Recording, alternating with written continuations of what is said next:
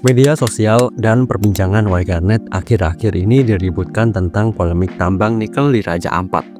Isu pencemaran lingkungan menghantui wilayah yang disebut The Last Paradise itu.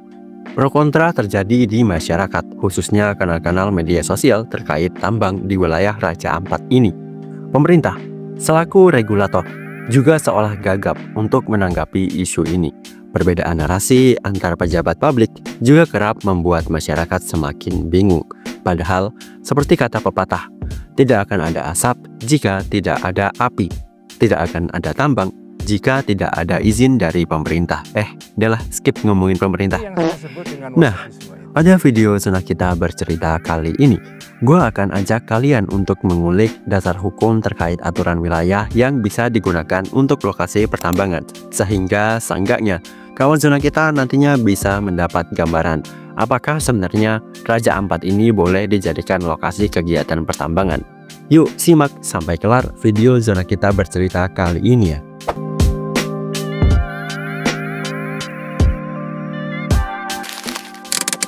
Dalam istilah lokasi pertambangan, pemerintah dalam beberapa aturan menyebutnya WP atau wilayah pertambangan. Lalu aturan terkait WP ini diatur dalam beberapa undang-undang dan aturan turunannya seperti UU Nomor 3 Tahun 2020 tentang perubahan atas UU Nomor 4 Tahun 2029 tentang pertambangan mineral dan batu bara atau UU Minerba.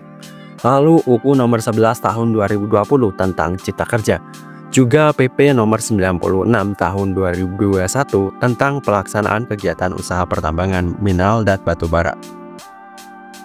Dalam UU Nomor 4 Tahun 2009, Pasal 9 Ayat 2, WP sendiri penetapannya dilakukan oleh pemerintah setelah berkoordinasi dengan pemerintah daerah dan berkonsultasi dengan DPR RI. Lalu pada Pasal 10 butir B, juga harus dilakukan dengan memperhatikan pendapat dari instansi pemerintah terkait, masyarakat, dan dengan mempertimbangkan aspek ekologi, ekonomi, dan sosial budaya, serta berwawasan lingkungan. Nah, ada poin menarik, yaitu tentang aspek ekologi dan masyarakat. Karena faktanya, selama ini kegiatan usaha pertambangan di wilayah pertambangan atau WP, menurut gua acap kali mengabaikan dua aspek tadi, di mana pencemaran lingkungan dan dampak buruk kegiatan tambang kerap kali dirasakan masyarakat sekitar.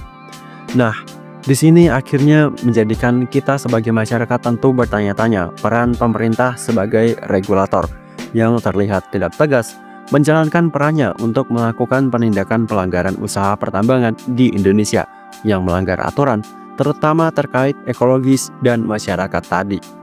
Merujuk pada peraturan, terutama UU Nomor 4 Tahun 2009, di mana diatur jika penetapan wilayah tambang dilakukan oleh pemerintah setelah berkoordinasi dengan pemerintah daerah dan instansi terkait. Pertanyaannya, apakah boleh menambang di pulau dengan ukuran kecil? Apa yang dimaksud pulau kecil? Merujuk pada UU Nomor 27 Tahun 2007 tentang pengelolaan wilayah pesisir dan pulau-pulau kecil. Dalam pasal 1 ayat 3 dijelaskan, jika pulau kecil adalah pulau dengan luas lebih kecil atau sama dengan 2000 km persegi beserta kesatuan ekosistemnya. Merujuk dari artikel Tempo, luas pulau yang menjadi wilayah pertambangan di Raja Ampat seperti Pulau Gak memiliki luas sekitar 6.500 hektar atau hanya sekitar 65 km persegi. Lalu ada Pulau Manuran dengan luas 746,86 hektar atau hanya sekitar 7,46 km persegi. Nah, dari dua contoh pulau itu, luasnya saja tidak sampai 2000 km persegi. Dan jika merujuk pada UU Nomor 27 Tahun 2007, seharusnya dua pulau itu nggak boleh dijadikan wilayah usaha pertambangan. Lalu kenapa bisa ada kegiatan usaha pertambangan di sana? Kalian coba tanya beliau aja deh. Beberapa contoh nyata dampak dari kegiatan pertambangan di pulau kecil, seperti kejadian di Pulau Bangka, Sulawesi Utara, di mana sempat ada perusahaan asal China yang hendak melakukan aktivitas usaha pertambangan di sana. Namun, warga atau penduduk pulau menolak keras, bahkan kerap kali menimbulkan konflik horizontal, hingga akhirnya rencana pertambangan di pulau tersebut dihentikan. Hal ini seperti juga pernah terjadi di Pulau Wanoni, Sulawesi Tenggara, di mana kegiatan usaha tambang diprotes keras warga karena mengancam sumber daya air dan pertanian warga. Nah, selain berpotensi menimbulkan konflik horizontal, kegiatan penambangan di pulau kecil juga berpotensi memunculkan kerusakan ekosistem pulau, krisis air bersih, abrasi, dan tenggelamnya pulau, penurunan keanekaragaman hayati, dan resiko bencana. Sebab pulau kecil yang mengalami pengerukan dan kehilangan tutupan hutan lebih rentan terhadap bencana alam, terutama seperti bencana longsor dan banjir rob.